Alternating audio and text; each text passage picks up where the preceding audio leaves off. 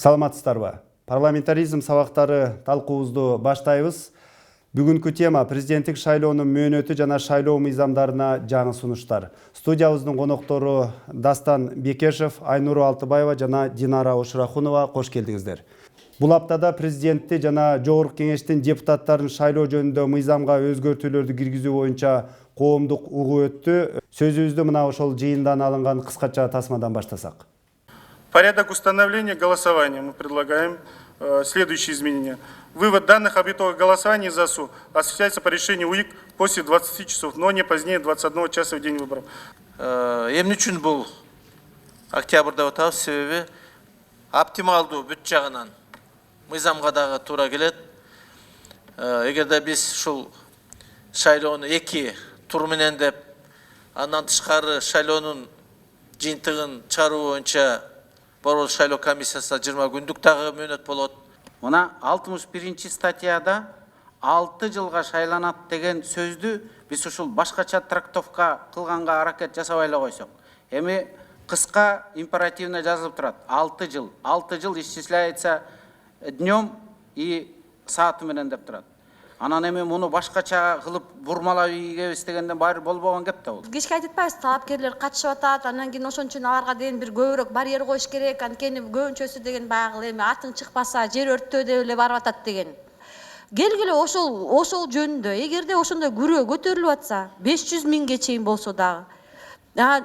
Ошол күрөө деген негизи талапкерлерге кайталбаса, анда ошол бюджетке, мамлекеттик бюджетке түшүшү керек. Дастан мырза, кечөөнү сиздер бир катар депутаттар, анын ичинде сиз сунуштаган жана мыйзамга өзгөртүүлөрдүн ичинде бул президенттик мөөнөт, ошондой эле Жогорку Кеңештин депутаттарынын шайлоонун эрежелерине өзгөртүүлөр негизги тема болуп калды.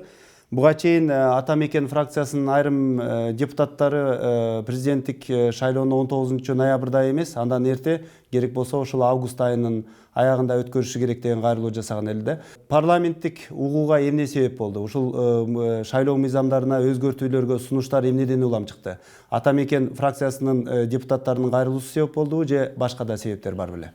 Жок, бул жерде Ата Мекен фракциянын кайрылуусу себеп болгон жок. Бул жерде бир себеп болду да. Бизде атайын жумушчу топ иштеген. Бул бей өкмөтүнүн өкүлдөрү, депутаттар, ар бир фракциядан депутаттар киришкен. Мамлекеттик органдар биз мыйзам долбоорду иштеп чыгып, бир топ өзгөртүүлөрдү сунуштадык. Анан экинчи окууга келгенде, экинчи окууга абдан көп сунуштар дагы түшкөн. Ошол эле Республика Ата журт фракциясы берген, башка депутаттар башка фракциядан. Ошол эле бул жерде президенттин мөөнөтү боюнча дагы бир топ сунуштар дагы түшкөн. Бирок көбүнчө азыр ошол мөөнөт боюнча 15 октябрга токтолуп жатышат. Фракциялар практически бүтүп бар эле фракциялар аны колдоп атышат. 15 октябрь болуп калышы ыктымал экен, эгер палатадан колдоо тапса. Андан сырткары мына айттыңыз өзүңүз көптөгөн дагы өзгөртүүлөр бар деп. Эмне үчүн ошо кечөөнкү парламенттик угууда көпчүлүк учурда эле ошол президенттик шайлоонун мөөнөтү, анан кийин жанагы депутаттарды шайлоонун айрым гана учурларына көбүрөөк токтолуп калдык. Башка маселелер козголгон жок, Айнуру айым?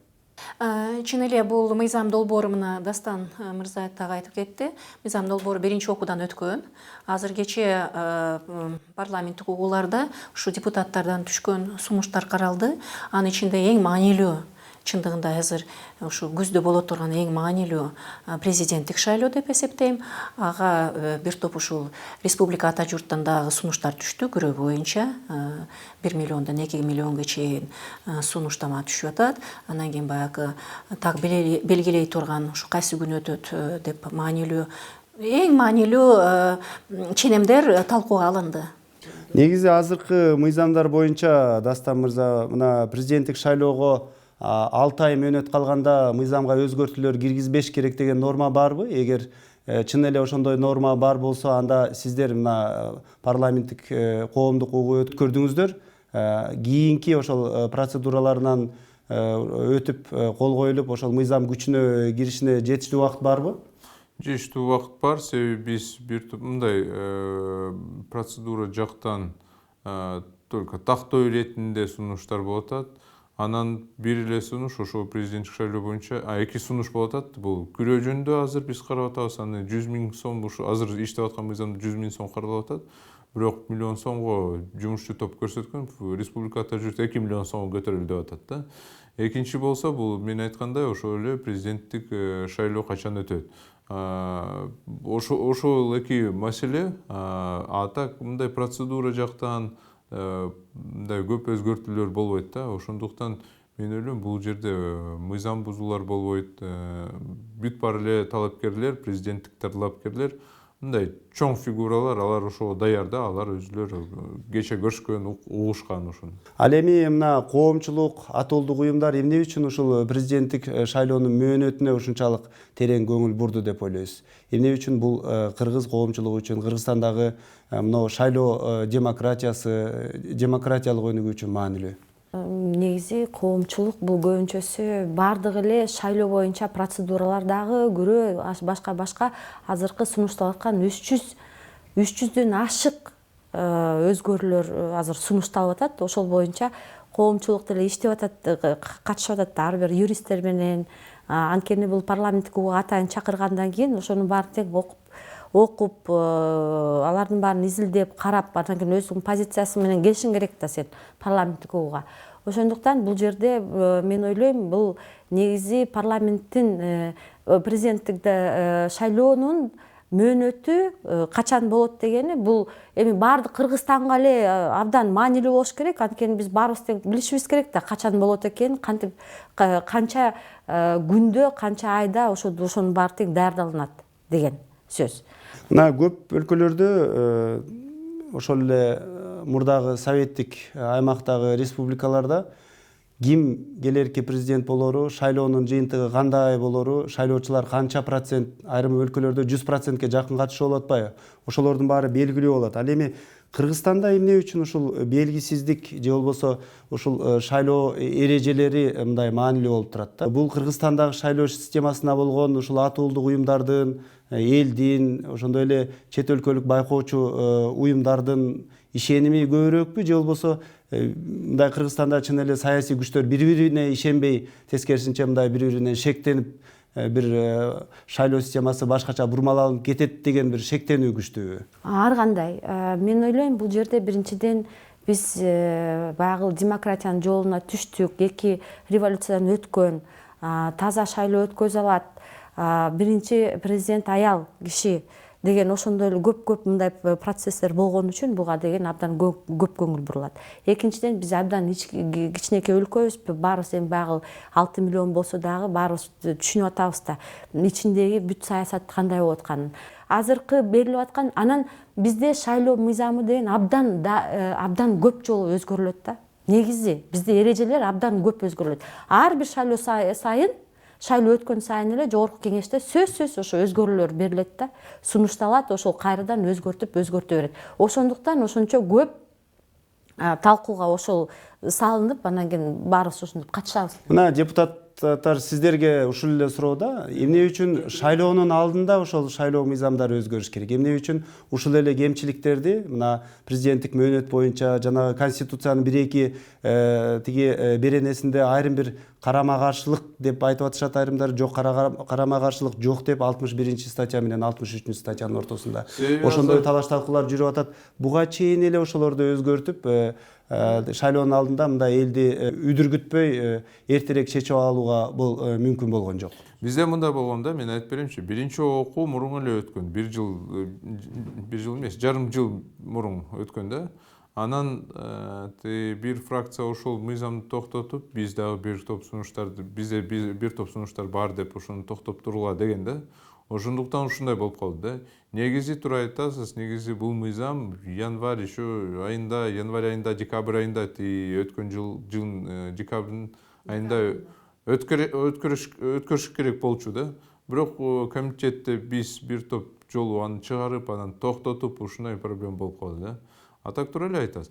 Анан сиз суроону берип атасыз да, эмнеге биз процедураларды тактап атабыз. Себеби мындай да, депутаттар, бийлик, президент эң чоң максатты биз койгонбуз да, шайлоо чындыгында ачык өтүш керек. акыйкаттуу болуш керек. Ушундай болосо анда биз эч качан действительно ушундай туруктуулукка эч качан бара албайбыз. Бизде ар дайым ушундай митингдер боло берет. Акыйкатсыз шайлоо болсо бизде бир топ саясий жактан, коопсуздук жактан күчөп баштайт да. Ошондуктан бул жерде эң чоң максат таза шайлоо, айкын мындай таза өтсүн деп биз ошон үчүн ошону тактап атабыз да процедураларды. Мен кошумча айтып кетейин. Менимче Кыргызстанда баягы демократия бар үчүн бир так айта турган нерсе уже биз айрым саясий партиялар, саясий күчтөр баягы күздө боло турган шайлоолорго былтырдан бери ишин баштады. Азыр бул баягы шайлоо күн жөнүндө бул саясий эле маселе деп эсептейм. Буну саясатка аралаштырбай эле, бул жөн эле техникалык маселе. Эч ким 6 жылдан ашык отурбайт. Эч ким бул баягы бир өзүнчө кошумча бир мөөнөткө кошуп алам деген маселе жок. Эч бир коопсуздукка эме жок. Мен ойлойм, биз бул мыйзам долбоору сөзсүз мына кыска мына экинчи окууга даяр болуп калды. Кечээ парламенттик угууларда биз баягы регламенттин негизинде көптөгөн бейөкмөт уюмдардан, жарандык коомдон сунуштарды алдык. Депутаттар өздөрүнүн сунушун берди. Мына жакын тез арада экинчи окууда бул маселе каралат. Биз бул маселе боюнча Кыргызстандагы президенттик болобу шайлоолор, парламенттик шайлоолор боюнча таза өткөнү, демократия бар далилдеп бердик. Мына президенттик саясий эрки менен биз мына жергиликтүү кеңештерге өткөндө парламенттик шайлоого биометриканын негизинен шайлоого аттандык. Бул дагы саясий эрк. Азыр күн белгиленди. Эч бир мыйзам бузулган жок. Мен ойлойм, бүт жай-жайында. Атуулдук уюмдардын өкүлү катары сиздин көз карашыңыз кандай? Чынында эле Кыргызстанда мыйзамдык жактан, практикалык, теориялык жактан ушул адилеттүү мына буга чейин айтып атат парламенттик шайлоолор, жергиликтүү шайлоолор таза адилеттүү өттү деп. Мындан кийин ошол президенттик жана андан кийинки шайлоолорду адилеттүү өткөрүүгө, таза өткөрүүгө шарт түзүлдү. Эми шарт түзүлүп атат, бирок ал анын ичинде дагы жана ошо сунушталып аткан өзгөрүүлөрдү дагы абдан мындай багы ар бир партия эми өзү кызыгы менен берет да. Бул жерде мисалы ошо күрөлө боюнча, мисалы республика ата журт деген 2 миллионго чейин көтөрүлүк деп атат. Азыркы мыйзам боюнча президенттикке талапкери өзү 100 000 төлөшү керек күрөөнү. Жумушчу топто деген анын баары талкууланып, ошентип 500 000 болобу, 1 миллион болобу деп атып, азыр 1 миллионго токтоптур. 2 миллионго чейин көтөрөлүк деп ошондой деп атканы, бул жерде ошол кайрадан эле көп сыноолор бар ал боюнчачы. Анткени 2 миллион деген ушундай биздин экономикалык абалында ушундай кайсы адам ошондой 2 миллионду топтой алат. Ошентип эле жеңил эле берип эле ошентип шайлоого катышып калабы деген. Бул бир маселеси. Экинчи, добуш сатып алуу. Биз эми баарыбыз тең унутпайлы, парламенттик шайлоону баарыбыз тең эле билебиз, ал адилеттүү, ачык өттү дегенден добуш сатып алуу менен абдан көп проблемалар болду. Алар талкууланган. Бирок эми жалпы жонунан ишеним барбы азыркы шайлоо системасына же жокпу? Эми мен айта албайм бардыгы үчүн. Бирөөлөрдүкү бар. Жана реформага катышып, алар менен чогуу иштешип аткандар да бар.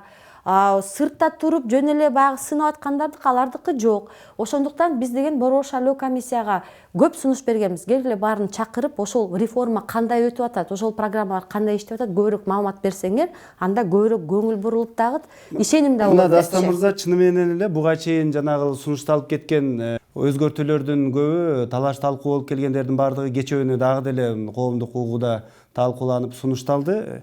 Айрыкча мына жанагы шайлоо босогосун 7%дан 9%га көтөрүү партиялар үчүн. Бул көптөгөн партияларды кийинки парламенттик шайлоодо оюндан чыгарууга алып келет. Ошондой эле президенттик шайлоого катыша турган атуулдун күрөөсү бул 100 000 сомдон 2 миллион сомго чейин көтөрүү маселеси айтылып атат.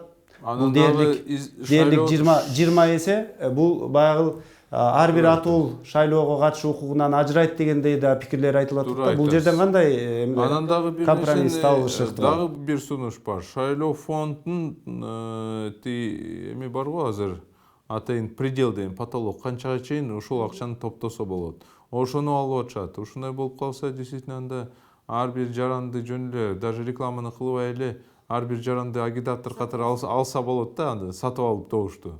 Ошонусу ушундай дагы сунуштар бар да. Ошондуктан аны экинчи окууда акырындан караш керек. Аны биз карайбыз. Эми 9% боюнча барьер. Сиз туура эле айтасыз. Бир ой бар, мен билем, бизде парламентте чоң фракциялар айтып атышат, 9га чейин көтөрүш керек.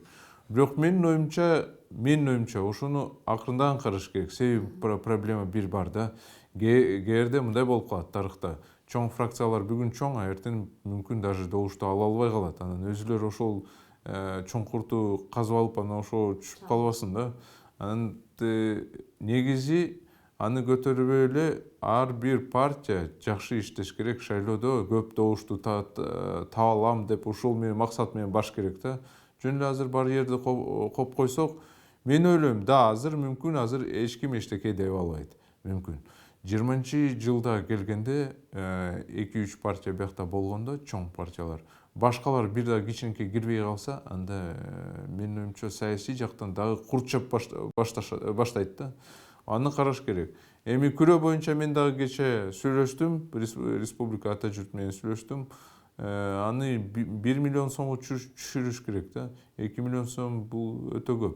Конечно, албетте кээбир айтып атышат, бир эле жип 6 миллион сом турат. Эми кээ кишилерде жип да жок да ушундай. Ушу маселе боюнча өзүм пикиримди айтып коеюнчу. Биз ошол рабочий группада да көп талкуулаганбыз. Мен мисалы үчүн баягы шайлоо парогун көп өткөнгө макулмун. Анткени азыр кичинекей Кыргызстанда 6 миллионго 200 ашык партия түзүлгөн. Мына жаңы баягы парламенттик шайлоого жакындаганда күнүгө 3-4 партия каттоодон өтөт экен. Минюстан. Мен ойлойм, бул азыркы ченем, бул туура ченем. Биз партиялардын майда болбостон баягы бириккенге, мисалы үчүн бир идеологияда, азыр коммунистик идеологияда 4 партия бар экен. Амне идеологиясы бир эмнеге бирикпейт? Анткени бул канчалык азыр бир модага айланып кетти. Ар бир саясатчы жок дегенде өзү саясий партиянын регистрация өткөзүп алат. Бул туура эмес. Биз бириктириш керекпиз. Биз баягы ирүү партияларга жол болуш керек. Анан күрөө боюнча өткөн Дастан мырза, өткөн шайлоодочу, бул дагы баягы саясатчы үчүн торг кылганга, мына мен партиям бар дегенге бир кандайдыр бир өзүн бир торговаться эткенге мүмкүнчүлүк бар. Негизи шайлоо бул өзү элек да.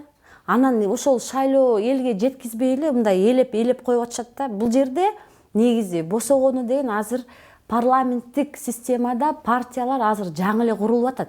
Негизи процесс башталды. Бирок биз ошол кичинекей партияларга мындай босогону коюп аттай албасын деп койгонубуз ал деген эчтеке бербейт. Эчтеке бербейт. Биринчи деген баарына тең шарт түзүп деген чоңойтуш керек.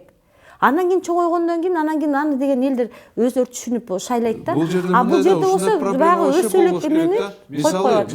Мисалы, вот мен айта кетсем, депутаттар аз добушту алса ким күнөөлүү? Талапкер өзү аз добушту алса ким күнөөлүү? Партия өзү аз добушту алса ким күнөөлүү? Көбүрөөк добушту алса 60 мандатты алса болот. 65ке чейин мандатты алса болот да туурабы? Ошол барьер чындыгында бул жерде проблема эмес.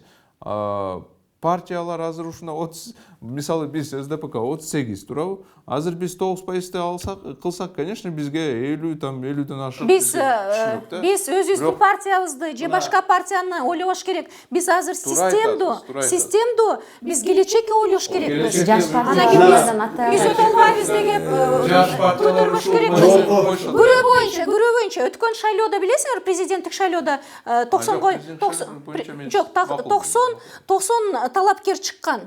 Бир үйдө отурган, тилди билген адам чыгып алып эле атым чыксын деп, бюллетенде болуп калсын деп эле чыга берет экен да. Анан кийин мен ойлойм, бул туура эмес. Бирок эми ошол эле учурда атуулдардын дагы шайлоого жана шайланууга укугу бар деп Конституцияда жазылып турбайбы? Андан сырткары мына сиздер мына аял депутаттар катары парламентте ушул аялдардын депутаттардын форумунда түзүп ушул аялдардын, аял саясатчылардын дагы кызыкчылыгын коргоп жүрөсүздөр да. Айнур Алтыбаева, айтсаңыз, мынакей ушул жаңы өзгөртүүлөр ошол аялдардын саясатка келишине, көбүрөөк келишине шарт түзөбү? Жогорку кеңеш бул биринчи рети өкүлчүлүк орган да. Ошон үчүн Кыргызстанда 52% бул аялдар түзөт. Алардын өкүлү жок дегенде 30%, биз бул эл аралык көрүнүш, бир 30% болушу зарыл деген. Ошон үчүн азыркы мыйзам долбоорго бул да мен сунушум, ушул баягы өзүңөр билесиңер, баягы тизме тизилип атканда ар бир позицияда 3 биз эми азыркы действующий иштеп аткан нормада 3 позиция белгиленген. Мен ушул биз аялдар буну сунуштаган жерибиз 2 позицияга түшсүн деп сунуштап атабыз. Бул ченем да ошо жогорку кеңеште көбүрөөк депутат аялдар болушу зарыл деген концепция менен берилген. Бул норма уже шаардык кеңештерде иштеп атат. Ал жерде баягы жергиликтүү кеңештерге, шаардык кеңештерге шайлоонун астында партиялар, ар бир саясий партия ушул ар бир 3-чү позицияда аялдарды коет. Биздин позицияда, жогорку кеңеште азыркы иштеп аткан позиция биз 4-чү позицияда кое алабыз. Бирок эми көптөгөн демократиясы өнүккөн, парламентаризм өнүккөн өлкөлөрдө мындай квота жок, билесиз. Мисалы, аялдар деп аял экенине же эркек экенине карабастан, же жаш же кары экенине карабастан, анын билимине, анан кийин ошол даярдыгына карап эл шайлашы керек да. Биз эгер биз ошол тарапка барышыбыз керекпи? Өнүккөн демократиялуу өлкөлөрдүн Биз ошондой демократия өнүккөн өлкө болгондон кийин анан кийин квотаны алып салабыз. Бул квота эмес, бул квота эмес. Мен колтоп коюмчу. Бул гендерная квота эмес, бул временная специальная мера деп коет. 3-чү чакырылышта биздин жогорку кеңеште бир да депутат аял жок болчу. Мен айтып кеттим, бул парламенттик системада өзгөчө 52%-дын аялдардын өкүлдөрү болуш керек. Орусча айтканда бул социальный лифт болуп атпайбы? Азыр биз ошол квоталарды алып салсак, улуттук жактан жаштарга, ушундай мүмкүнчүлүгү чектелген адамдарга гендердик квоталарды алып салсак, бул жерде парламент өзү олигархический парламент Аксап калат. Всё, анда эч качан мындай жакшы социалдык маселелер көтөрүлбөй ушундай жүрүп калабыз да. Действительно, эми бай киши кедейдин проблемаларды билбейт. Мисалы, мугалим болбосо, анын кээ проблеманы билбейт экен. Жөн эле сүйлөп коет, мындай так проблеманы билбейт да. Буну да караш керек да. Ошондуктан мен ойлойм, азырынча убактылуу карата бул ушундай квоталар керек. Балким бир 3-4 циклдан кийин бул квота керек эмес болот. Биз биринчи аялдар чыгабыз. Бул квота керек эмес деп. Бул маселелерди мына шайлоо системасындагы азыркы парламенттеги проблемалар, буга чейинки шайлоодо кетирилген айрым мүчүлүштүктөр, ушулардын баардыгын атуулдук коом, мисалы жөнөкөй адамдар, журналисттер, эксперттер баардыгы ушул маселелерди айтып келатат. Сиздердин баамыңызда кандай? Ошол жогорку кеңеш ошолордун баарына угуп, өзгөрүүгө аракет кылып атабы? Жогорку кеңеш эми баягы албетте өзүнүн баягы сунуштарын берип атат, бирок бул жерде мындай сунушта жогорку кеңешке ачыгыраак болсо, анткени азыркы учурда эгерде биз 5-чакыруу менен 6-чакырууну салыштырсак, 5-чакыруу деген абдан ачык. 5-чакырылыш 5 жыл иштеди, 6-чакырылыш азыр 1,5 жыл иштеди. Сиздер ошону менен салыштырып атасыздар. Бирок ошондой эле алар деген келгенде эле ачык иштеп баштаган. Азыр болсо бул 6-чакыруу же жаңы депутаттар көп болуп калганбы, же кандай болгону баягы анткени кичине же тартынып атышабы, бирок ошол тартыныппы, жабыныппы ошондой бир эме болуп атат да. Көп сунуштар жок, ошол көп сунуштар болуп атат, бирок ошолорду талкуулаган мына биринчи парламенттик угуу болуп атат ошол боюнчачы. Негизи жумушчу топ деген буну деген 1 жыл мурун иштетип чыккан да. Бирок талкуулап атканыбыз кечээ. Бирок ушул сыяктуу проблемаларды парламентке алып чыгып, көптөгөн мыйзам долбоорлорун коомдук өткөрүп, сиздердин сөзүңүздөрдү, сунуштарыңыздарды кабыл алып атат да, туурабы? кээрлерин кабыл алып атат. Эми айтпайбыз, эми баарын эле 100% эле ошентет деп. Бирок баягы бир мындай уже депутат болуп, тажрыйбасы бар иштеген адамдар менен биз иштешип атабыз. Жаңы депутаттар көбүнчөсү ошолор менен оорураак болуп атат да. Маегиңиздерге рахмат. Парламентаризм сабактары көрсөтүүбүздү ушуну менен жыйынтыктайбыз. Бүгүнкү конокторубуз депутаттар Дастан Бекешев, Айнур Алтыбаева жана Атуулдук уюмдун өкүлү Динара Ошрахуна болду. Саламатта калыңыздар.